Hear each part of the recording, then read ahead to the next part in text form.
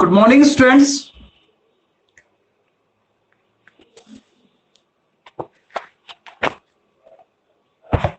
सभी सुन पा रहे हैं मुझे? Yes sir. Good okay, morning sir. Good morning. Good morning.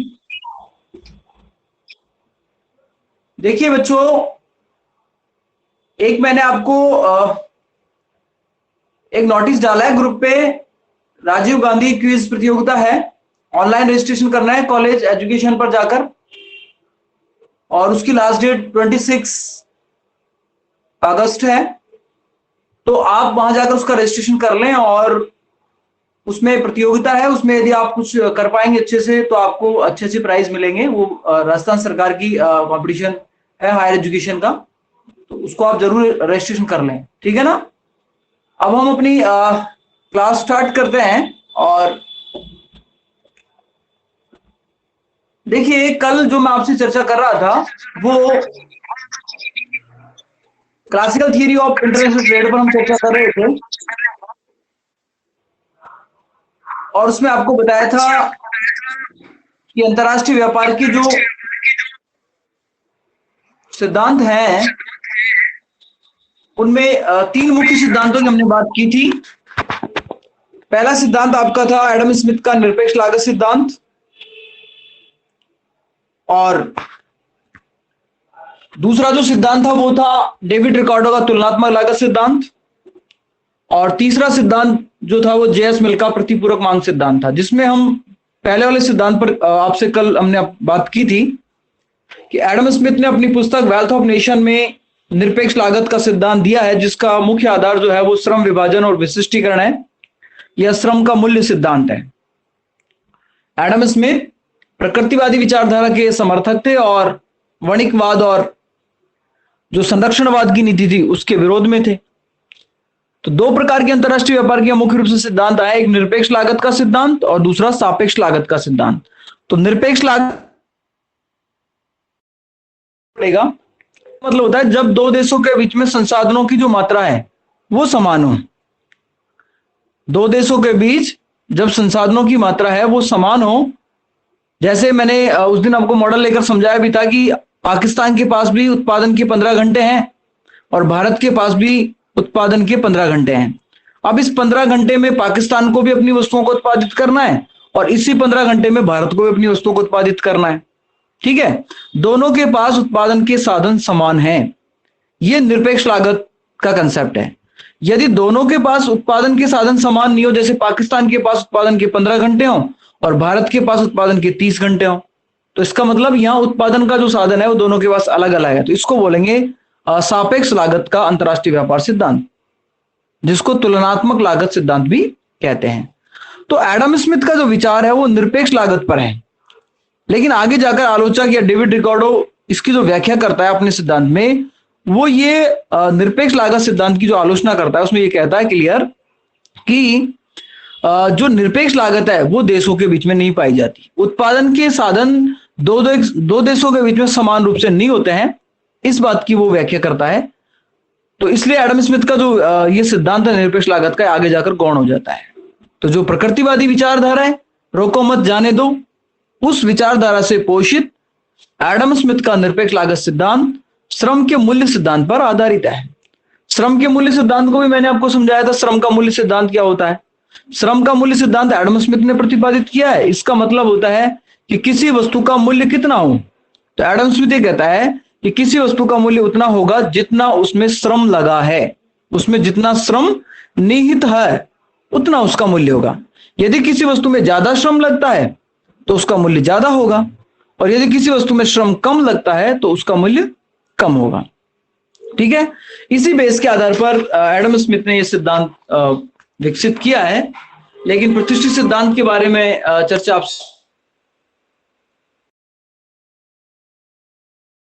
वो तो डेविड ह्यूम होता है, लेकिन आगे जाकर इसका वैज्ञानिक और क्रमबद्ध जो विश्लेषण किया है वो डेविड रिकार्डो ने किया है। इसलिए डेविड रिकार्डो को प्रतिष्ठित अंतरराष्ट्रीय व्यापार का वास्तविक जन्मदाता कहा जाता है। प्रोफेसर टेसेलिगमैन जो है उन्होंने इस सिद्धांत का जो जन्मदाता है वो किसको बताया, ये भी मैंने आपको नोटेट करवाया था। लेसर और सेलिगमैन ने इस सिद्धांत का प्रतिपादक रॉबर्ट टॉरेंस को माना है, लेकिन इसका वास्तविक श्रेय किसको जाता है? डेविड रिकार्डो को जाता है। अब देखिए छात्रों, हम इसी कंसेप्ट को आगे बढ़ा रहे हैं और इसको आज हम कंप्लीट भी करेंगे कि एडम स्मिथ का जो लागत निरपेक्ष अंतर सिद्धांत है वो स्वतः के समर्थक के आधार पर है। तो इसमें एडम स्मिथ का लागत अंतर सिद्धांत, उन्होंने इस व्यापार के लिए श्रम विभाजन का तर्क दिया है। उन्होंने कहा है कि प्रत्येक देश में श्रम विभाजित होता है। श्रम विभाजन का मतलब होता है कुशल श्रम, अर्धकुशल श्रम और अकुशल श्रम। अलग अलग प्रकार का श्रम प्रत्येक देश में पाया जाता है। कहीं बहुत ट्रेंड लोग काम करते हैं, कहीं गैर ट्रेंड होते हैं, वो अकुशल होते हैं, कुछ सेमी ट्रेंड होते हैं, अर्धकुशल होते हैं। तो उनकी जो काम करने की जो क्षमता है, जो उनकी उत्पादकता है, वो अलग अलग है। इस वजह से लागत का अंतर आता है। आप भी इस बात को मानते हैं कि यदि किसी कार्य को कोई एक्सपर्ट व्यक्ति करता है तो निश्चित तौर पर उस कार्य की लागत, समय और श्रम दोनों बचेंगी। और उसी काम को यदि कोई गैर प्रशिक्षित व्यक्ति करता है, जो उस क्षेत्र में ट्रेनिंग प्राप्त नहीं है, तो वो जब उस काम को करेगा तो निश्चित तौर पर समय और लागत या समय और श्रम दोनों ज्यादा मात्रा में लगेंगी। जैसे कल मैंने आपको उदाहरण दिया था कि किसी वस्तु को जैसे बनाने की बात है, जलेबी बनाने की हम बात करें तो जलेबी जो हलवाई बना सकता है, क्योंकि उसका रोज का काम है, वो उस काम को करने में ट्रेंड है। हमारे जैसे सामान्य व्यक्ति की तुलना में वो उसमें श्रम और समय दोनों कम लगाएगा। इसका मतलब लागत क्या हो जाएगी? कम हो जाएगी। जबकि एक गैर प्रशिक्षित व्यक्ति यदि उस काम को करेगा तो निश्चित तौर पर वो कच्चे माल को भी खराब करेगा, समय को भी खराब करेगा और लागत भी बढ़ाएगा और श्रम भी बढ़ेगा। तो ऐसी स्थिति में फिर अंतरराष्ट्रीय व्यापार का लाभ नहीं मिल सकता। तो जो एडम स्मिथ का निरपेक्ष लागत सिद्धांत है वो यही कह रहा है कि श्रम विभाजन के कारण प्रत्येक देश उस वस्तु के उत्पादन में जिससे होते हैं। छात्रों, एडम स्मिथ के अनुसार हर समझदार व्यक्ति का यह सिद्धांत है कि वह कोई भी ऐसी वस्तु घर पर न में सस्ता खरीदा जा सकता है। विवेकशील प्राणी है और आप भी अपना विवेक का प्रयोग करें कि हम घर पर कोई भी ऐसी वस्तु नहीं बनाएं जो बाजार में हमें कम पैसे मिल रही है, क्योंकि घर पर यदि हम उस वस्तु को बनाएंगे तो हमारा पैसा ज्यादा खराब होगा, श्रम खराब होगा, समय खराब होगा और जो कच्चा माल है उसका भी वहां दुरुपयोग होगा। और इसके अलावा कोई वस्तु यदि बाजार में हमें महंगी मिल रही है और उसको हम घर पे सस्ता बना सकते हैं तो उस वस्तु को हम बाजार से भी क्रय नहीं करें जो ज्यादा कीमत पर मिल रही है। ठीक है ना? तो देखिएगा, यहां इन्होंने कहा है कि सिद्धांत है कि वह कोई भी नहीं बनाए जिसे बाजार से सस्ता खरीदा जा सकता है। अर्थात व्यक्ति उसी वस्तु को बाजार से खरीदा जा सकता है। अर्थात व्यक्ति उसी वस्तु को बनाए जिसमें उसका विशिष्टीकरण है तथा दूसरी वस्तु से उसका विनिमय करना चाहिए। ऐसा करने पर दोनों वस्तुओं की निरपेक्ष लागतों का अंतर उत्पन्न होगा, जिससे दोनों पक्षों को लाभ होगा, लेने वाले को भी होगा और देने वाले को भी होगा। ठीक है? सिद्धांत की व्याख्या क्या कहती है? सिद्धांत की व्याख्या को देखिएगा आप। सिद्धांत की व्याख्या कह रही है कि इस सिद्धांत के अनुसार दो देश के मध्य व्यापार उसी समय प्रारंभ होगा जबकि एक देश को एक वस्तु के उत्पादन में निरपेक्ष लाभ प्राप्त हो तथा दूसरी वस्तु के उत्पादन में निरपेक्ष हानि हो। जैसे भारत और पाकिस्तान की हम बात करें तो भारत और पाकिस्तान में जो हम दो वस्तु का तुलना करेंगे कि भारत जैसे गेहूं के उत्पादन में विशिष्टीकरण को प्राप्त करता है तो भारत गेहूं के उत्पादन में लाभ प्राप्त करेगा, और यदि इसी काम को पाकिस्तान में किया जाता है तो उसको निरपेक्ष हानि प्राप्त होगी, क्योंकि भारत के जैसे पाकिस्तान में गेहूं का उत्पादन नहीं हो सकता, क्योंकि भारत ने गेहूं के उत्पादन में विशिष्टीकरण को प्राप्त कर रखा है। हो सकता है पाकिस्तान दूसरी वस्तु शराब के बनाने में विशिष्टीकरण को प्राप्त करता है, तो पाकिस्तान को तो शराब के उत्पादन में निरपेक्ष लाभ होगा, भारत को शराब के उत्पादन में निरपेक्ष हानि होगी। भारत को गेहूं के उत्पादन में निरपेक्ष लाभ होगा और पाकिस्तान को गेहूं के उत्पादन में निरपेक्ष हानि होगी। यदि ऐसा होता है तो ही अंतरराष्ट्रीय व्यापार किया जाएगा, ऐसा एडम स्मिथ कहता है। निरपेक्ष लाभ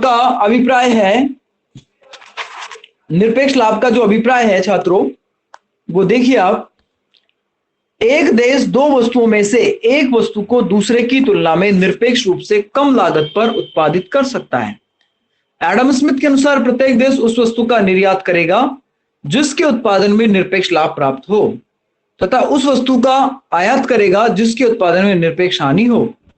सिद्धांत के स्पष्टीकरण के लिए दो देशों का मॉडल व दो वस्तुओं का मॉडल लिया गया है, जिसमें उसकी लागतों को तुलनात्मक अध्ययन इस सिद्धांत की व्याख्या करता है। छात्रों, यह समझना होगा आपको, जो क्लासिकल मॉडल है वो तो है 2/2/1, 2 × 2 × 1, ये तो क्लासिकल मॉडल है। और 2 × 2 × 2 ये आधुनिक मॉडल है, ये मॉडर्न मॉडल है। 2 × 2 × 1 का मतलब तो है दो देश दो वस्तु एक साधन। दो देश है भारत और पाकिस्तान, उनके बीच में दो वस्तुओं की बात की गई है, शराब और गेहूं, और उत्पादन का साधन एकमात्र श्रम है। ये तो क्लासिकल थियरी इस मान्यता को लेकर चलती है 2/2/1 कि दो देश दो वस्तु और एक उत्पादन का साधन।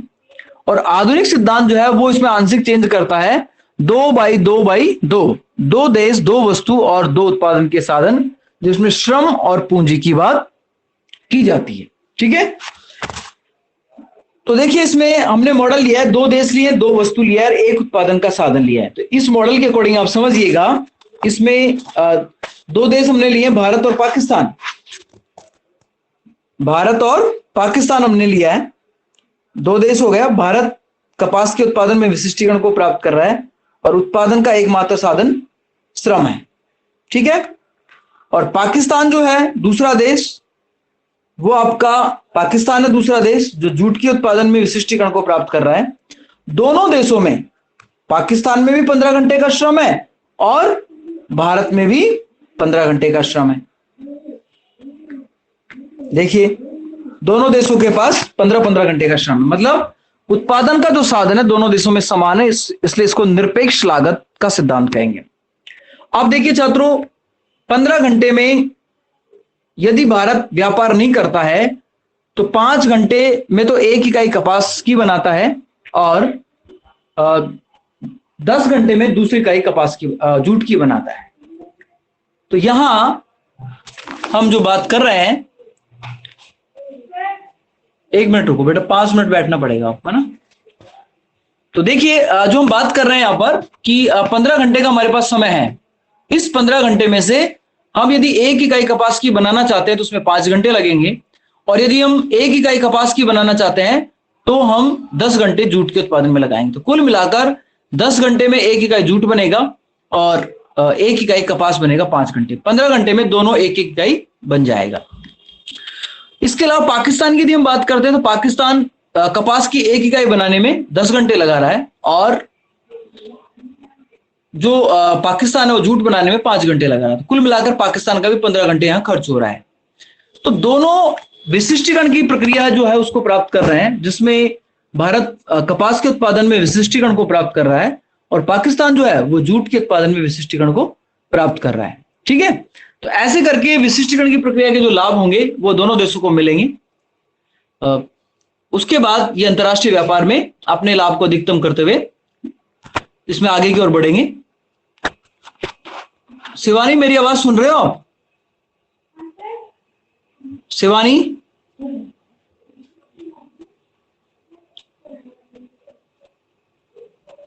काजल, यस सर।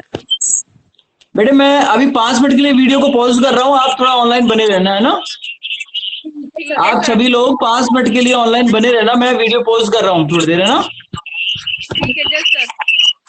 आप क्विट मत कर देना क्लास को। ठीक है सर।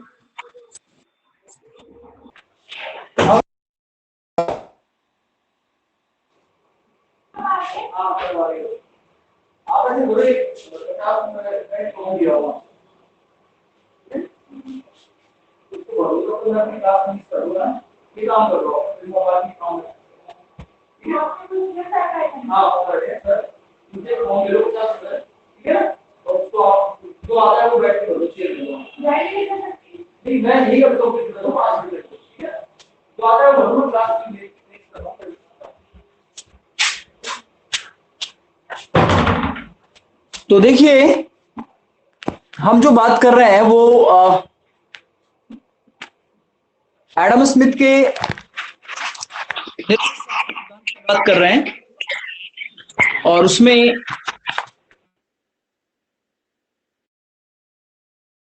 है कि भारत जो है वो तो कपास के उत्पादन में विशिष्टीकरण को प्राप्त कर रहा है और जो पाकिस्तान है वो जूट के उत्पादन में विशिष्टीकरण को प्राप्त कर रहा है। मतलब कि पाकिस्तान में जूट सस्ता बन सकता है उसी श्रम में, और उसी श्रम में भारत में कपास सस्ता बन सकता है। ठीक है, अब यह तालिका से स्पष्ट हो रहा है कि भारत में कपास और जूट की एक इकाई उत्पादन लागत क्रमशः 5 और 10 घंटे है। इसी प्रकार पाकिस्तान में कपास तथा जूट की प्रति इकाई जो लागत है वो 10 तथा 5 घंटे है। अतः यह स्पष्ट है कि भारत में श्रम कपास तथा पाकिस्तान में जूट के उत्पादन में विशेष दक्ष है।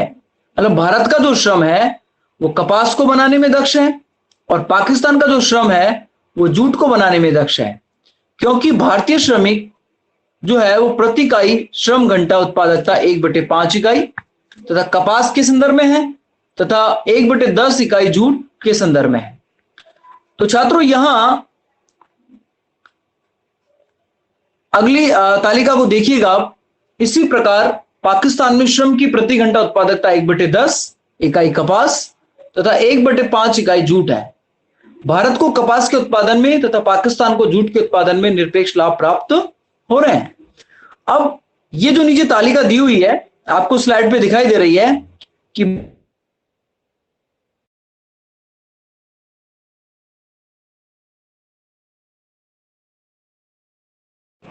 पाकिस्तान में 0.1 इकाई कपास, मतलब कि भारत में उसी श्रम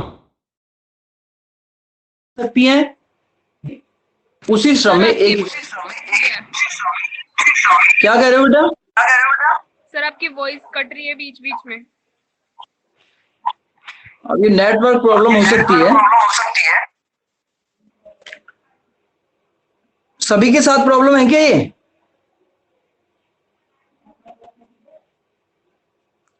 मेरी आवाज सभी को सुनाई दे रही ना? सर कट कट के आवाज आ रही है। बेटा ये नेट की प्रॉब्लम है फिर, इसका मतलब चलो इसका मैं फिर आप सुन लो जो सुनाई देता है, फिर पीडीएफ डाल रहा हूं मैं। सिंपल है, ज्यादा कठिन नहीं है ना। जो आपको सुनाई दे रहा है स्पष्ट हो रहा है वो तो कर लीजिएगा। फिर अपन जब 1 तारीख से आपको कॉलेज आपको क्लास में और स्पष्ट कर देंगे। ठीक है इन चीजों को।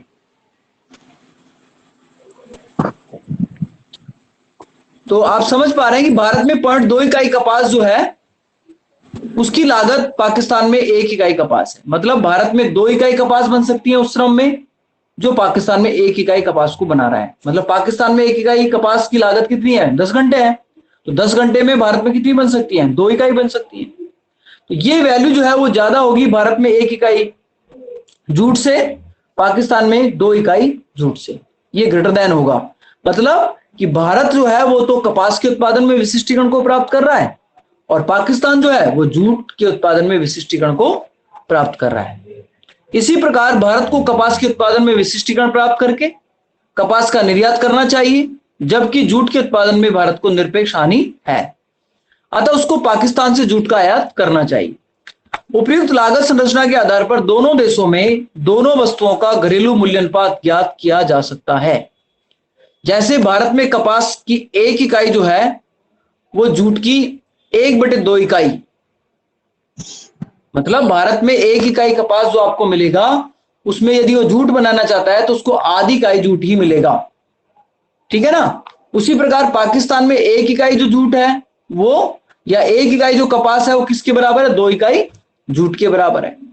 ठीक है। तो इससे स्पष्ट हो रहा है कि भारत कपास के उत्पादन में विशिष्टीकरण को प्राप्त कर रहा है और पाकिस्तान जूट के उत्पादन में विशिष्टीकरण को प्राप्त कर रहा है। अब ये तालिका से समझ जाओगे आप। देखिएगा इसमें देखो तालिका में 2 देश लिए हमने, भारत पाकिस्तान। 2 वस्तु ली है, कपास और जूट। ठीक है।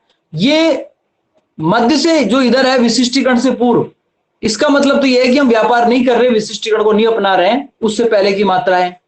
और ये मध्य से विशिष्टीकरण के बाद वाली जो स्थिति बन रही है, इसका मतलब यह है कि हम व्यापार कर रहे हैं, विशिष्टीकरण को अपना रहे हैं।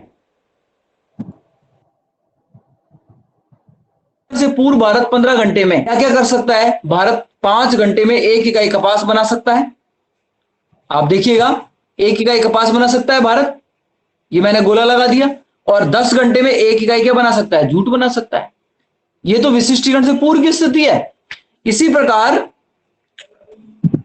जो पाकिस्तान है वो भी 10 घंटे में 1 इकाई जूट बना सकता है। पाकिस्तान भी 10 घंटे में 1 इकाई जूट बना सकता है और 5 घंटे में 1 इकाई या तो कपास बना सकता है या जूट बना सकता है। तो कुल मिलाकर विशिष्टीकरण से पूर्व 2 इकाई कपास बन सकती है और 2 इकाई ही क्या बन सकती है? जूट बन सकती है। अब यदि हम विशिष्टीकरण को अपनाते हैं, श्रम विभाजन की प्रक्रिया और विशिष्टीकरण को अपनाते हैं, तो भारत किसके उत्पादन में विशिष्टीकरण को प्राप्त कर रहा है? कपास के उत्पादन में कर रहा है। और कपास की 1 इकाई बनाने में कितना समय लगा रहा है भारत? 5 घंटे लगा रहा है। तो भारत कपास का ही उत्पादन करे, जूट का नहीं करे, तो 15 घंटे में कितनी इकाई बना पाएगा भारत? 15 घंटे में भारत जो इकाई उत्पादित कर पाएगा छात्रों, वो कर पाएगा 3 इकाई। 5 घंटे में 1 इकाई कपास की उत्पादित होती है, तो 15 घंटे में कितनी हो जाएंगी? 3। जूट उसको नहीं बनाना है क्योंकि इसमें उसका विशिष्टीकरण नहीं है। ऐसे ही पाकिस्तान को कपास नहीं बनाना है क्योंकि इसका विशिष्टीकरण नहीं है। तो पाकिस्तान अपने 15 घंटे किस पर कंज्यूम कर दे? जूट पे कर दे, तो वो भी 3 इकाई। तो विशिष्टीकरण के बाद 3 और 3 6 इकाई बन सकती है। विशिष्टीकरण से पूर्व 2 और 2 4 इकाई बन सकती है। तो दोनों देशों को 2 इकाई का लाभ होगा। यही अंतरराष्ट्रीय व्यापार का लाभ है। ठीक है, आगे हम देखते हैं। इसके बाद इसका ये कंक्लूजन दे रखा है कि उपयुक्त तालिका से स्पष्ट होता है कि यदि दोनों देश अंतरराष्ट्रीय व्यापार को नहीं अपनाते हैं, अर्थात विशिष्टीकरण प्रक्रिया से पूर्व दोनों देशों का कुल उत्पादन 4 इकाई है, जबकि यह देश विशिष्टीकरण प्रक्रिया को अपनाते हैं तो इनका कुल उत्पादन बढ़कर समान लागत पर 6 इकाई हो जाएगा। अतः ऐसा करने पर दोनों देशों को निरपेक्ष लाभ प्राप्त होते हैं। एडम स्मिथ का निरपेक्ष लागत अंतर जो सिद्धांत है वो इस बात पर बल देता है कि दोनों देशों को अंतरराष्ट्रीय बाजार में साधनों की विशिष्टता के लाभ उठाने चाहिए। तो इस तरीके से एडम स्मिथ का एक सिंपल सा छोटा सा सिद्धांत बनता है। इसको आप थोड़ा सा पढ़ लें ढंग से, ठीक है, एग्जाम के दृष्टिकोण से महत्वपूर्ण है। इसके मूल्यांकन, यदि मूल्यांकन की अपन बात करें, सिद्धांत के मूल्यांकन, तो यहां से आप देखिएगा एडम स्मिथ का यह सिद्धांत अंतरराष्ट्रीय स्तर पर एक सरल स्पष्ट मॉडल है जो सभी उद्योगों पर लागू होता है, लेकिन अंतरराष्ट्रीय बाजार की व्यापकता को समझाने में नाकाम है। ये इसकी आलोचना भी हो सकती है और इसके ये डिमेरिट भी हो सकता है। दूसरा इसमें दिया गया, यह सिद्धांत संकीर्ण परिस्थितियों का विश्लेषण करने में असमर्थ है। जब किसी देश को किसी वस्तु के उत्पादन में निरपेक्ष लाभ प्राप्त न हो तो ऐसी स्थिति में यह सिद्धांत नाकाम रहता है। ठीक है, तो इसलिए ये ज्यादा उपयुक्त सिद्धांत नहीं है। ये इसी सिद्धांत की कमियों के आधार पर आगे जाकर हमें जो पढ़ना है वो डेविड रिकार्डो का तुलनात्मक लागत सिद्धांत पढ़ना है, जो व्यापक सिद्धांत है। ठीक है, पढ़ लेना और इसका पीडीएफ में इसका होमवर्क भी आप कर लेना। ठीक है, और कुछ पूछना है तो आप बोलिएगा। थोड़ा मुझे कुछ और काम करना है अभी कॉलेज का, तो बताइएगा आप। कृष्णा, कुछ पूछना है? नहीं सर। ठीक है, इसको पढ़ना, मैं इसका पीडीएफ डाल दूंगा आप। ठीक है सर। चलो एग्जिट हो जाइए। Thank you.